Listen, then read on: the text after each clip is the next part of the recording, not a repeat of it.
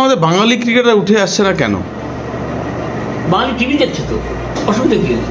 TV দেখছে, মন্তব্য করছে, কমেন্ট করছে, কোথা থেকে ব্যাট আসছে সেদিকে নজর দিচ্ছে। হ্যাঁ, ছয় মারার জন্য কোচদের কাছে গিয়ে আবদার করছে যে আমার ছেলেকে শুধুমাত্র ছয় মারা শিখিয়ে দিন।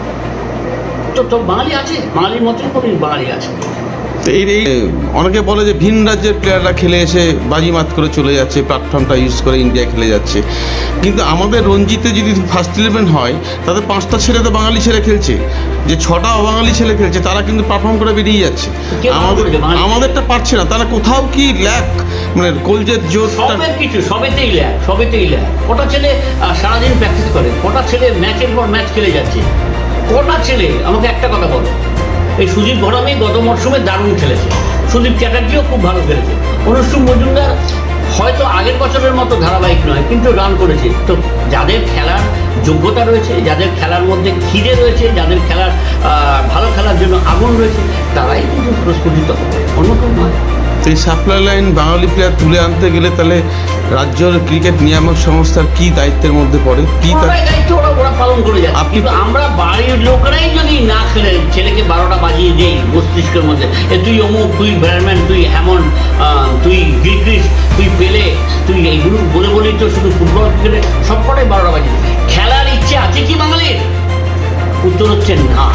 যদি খেলার ইচ্ছে থেকে থাকে, যতটুকু আছে ওটা মেকিং, এই ইচ্ছে নিয়ে, এই ছোট সম্বল নিয়ে বড় আসরে খেলা যায় না। তাহলে আমাদের বাংলার ক্রিকেটের ভবিষ্যৎ অন্ধকার বলতে হবে, আপনি যেটা বললেন। এখনো অন্ধকার নয়, কিন্তু চেষ্টা করে যেতে হবে, যদি একটা দুটো আলোর বিচ্ছুরণ হয়।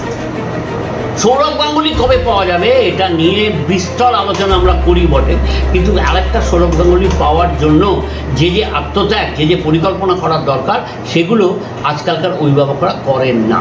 এই মর্মে আমার একটি বই আছে, এবারে পুজোর সংখ্যাতে এই বই বুক ফেয়ারেই আমি লিখেছি, টুপুর টাপুরের ক্রিকেট। দয়া করে যদি কেউ পড়ে নেন, যে অভিভাবকরা পড়বেন তারা বুঝতে পারবেন যে তাদের অ্যাটিটিউডের সঙ্গে এই আমার বইয়ের নায়ক নায়িকাদের যে কি বলবো আত্মত্যাগ, যে উৎসাহ, যে উদ্দীপনা, তাতে কিন্তু মঙ্গল আছে, এবং সেখানেই কিন্তু ব্লু প্রিন্টটা লেখা রয়েছে। একবার দয়া করে ধার করে হলেও পড়েন, কোনো অসুবিধা নেই। না, আপনি তো শুধু অভিভাবকদের উপর থেকে আঙুল তুলছেন, ক্লাব কর্মকর্তা, অ্যাসোসিয়েশন কর্মকর্তার কোনো ভূমিকা নেই। সব ভূমিকায় সৌরভ গাঙ্গুলিকে তুলে আনার পেছনে কার ভূমিকা ছিল?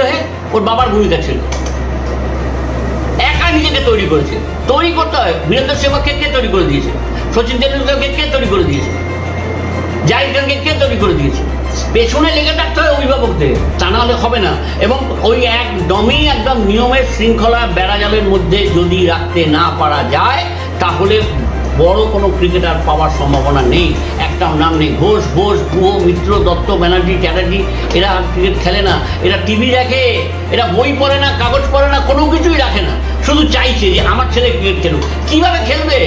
আপনি কি আত্মত্যাগ করেছেন? কি পরিকল্পনা করেছেন? এই নানান প্রশ্ন আছে, এটা নিয়ে আমাদেরও ভূমিকা আছে। শুধুমাত্র সিএবির দিকে আঙুল তুলে কিন্তু মানে কি বলবো, আমরা সুবিচার করতে পারবো না। এটা একটা গভীর বিষয়, এটা একটা গভীর রোগ। এই রোগটাকে মুক্ত করার জন্য প্রচুর প্রচুর পরিশ্রম এবং আত্মত্যাগের দরকার। আমি এবছরও রঞ্জি ট্রফিতে বাংলা ব্যর্থ, বলবেন যে আর কবে? না, এই প্রশ্নটা তো সবাইকে করছে, হচ্ছে না। গত 5 বছরের মধ্যে 3বার ফাইনাল খেলেছে, সেমিফাইনাল খেলেছে, কিন্তু ওই শেষ গাঁটটা পেরোনো যাচ্ছে না।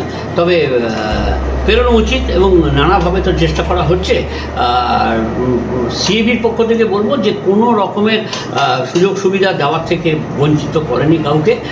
বরাবরই ক্রিকেটাররা যা চেয়েছে, কোচরা যা চেয়েছে, সবাইকেই সব কিছু দিয়ে দেওয়া হচ্ছে। এবারে জাস্ট হচ্ছে না।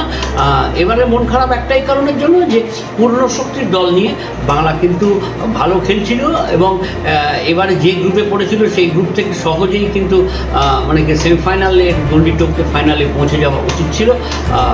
সেটা হয়নি, দুর্ভাগ্যজনক। আশায় থাকতে হবে।